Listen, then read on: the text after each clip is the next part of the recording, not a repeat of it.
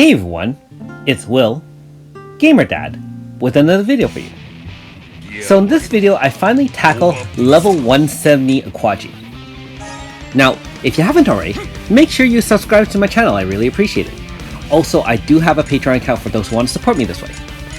So in this video, I'm going to actually film two versions using the same lineup, and I'll actually show you the difference of just what a little adjustment makes in the battle.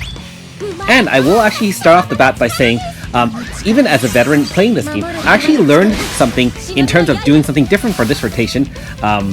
So, you know, for all of us, whether or not you're new, halfway through the game, or even at end game, if you can learn new strategies, it's always awesome. So I felt pretty cool figuring out something different for myself. Anyways, you can see we're using Galliard on this team to avoid Uquaji's second AoE. And remember that it's got a fixed 5-turn rotation. Obviously that was turn 3. And here we are on turn 4, which will be a fixed 2000 damage as well as 80 MP damage. So we'll still be able to hit this one more time with earth attacks in order to boost our AF bar. So you can see I'm using also mold technique to boost everyone's damage, and we're going to stack Nidaria Edge in order to help increase the earth resistance debuff. Also note that Galliard actually is an earth based attack, so he had an extra earth debuff applied onto Uquaji. Now keep in mind that because of diminishing returns, it doesn't really do too much, hey, but an extra stack of anything is pretty cool. Now note that I do have a full bar AF, and watch the damage as I'm doing this AF bar. I'm going to start off with obviously Invigorating Flog, and then Glorious T-Stock over and over again, and we're going to do Nidaria Edge over and over again, and finally land a couple of Strangles. There you go.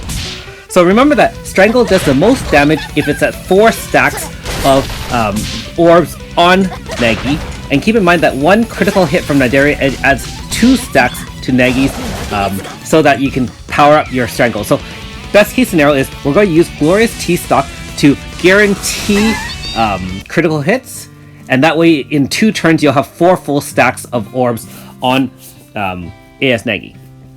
Now note that I did rotate everyone in on turn 3, and actually no, on turn 2, and everyone got the int down as part of that black hole attack on Earth turn 3. Now also keep in mind that because we do have Mianfa healing every turn, you do need to cast enough earth-based attacks in order to keep the threshold of the HP above 2000. That way you can survive turn 4, because without lasting until turn 4, you won't get enough hits in to do a full AF bar or close to an AF bar. So note this is turn 2 still, and now we have Galliard landing. So keep in mind that this is just a slight adjustment to the strategy. Also keep in mind that I am only using 3 gacha characters and 3 free characters. So Tool has his part in the game, of course, and well, technically he's a gacha, but who uses him anyways? And we have Galliard as well as Mana, both of which are very, very useful as free characters. Now you can see that I rotated in my powerhouse AS Nagi after the turn 3 black hole attack, that int down and power down.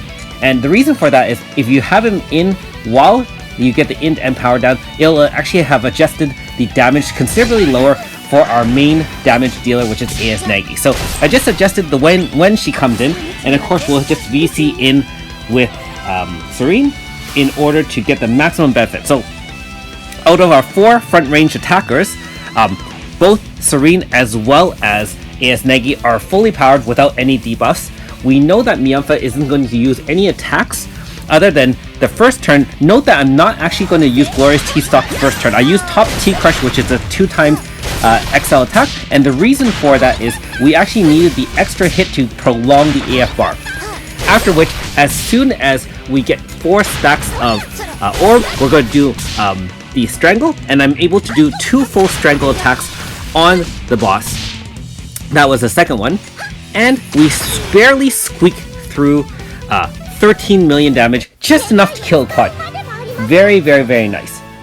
I will also say I did make a mistake in not using Invigorating Flog for the first couple of turns on rotations in order to get Serene to speed up and obviously keep and prolong the AF bar. But let's be honest, I'm pressing so many different buttons because, you know, you're moving back and forth, adjusting between Strangle, Nidari Edge, Top T Crush, for example, and,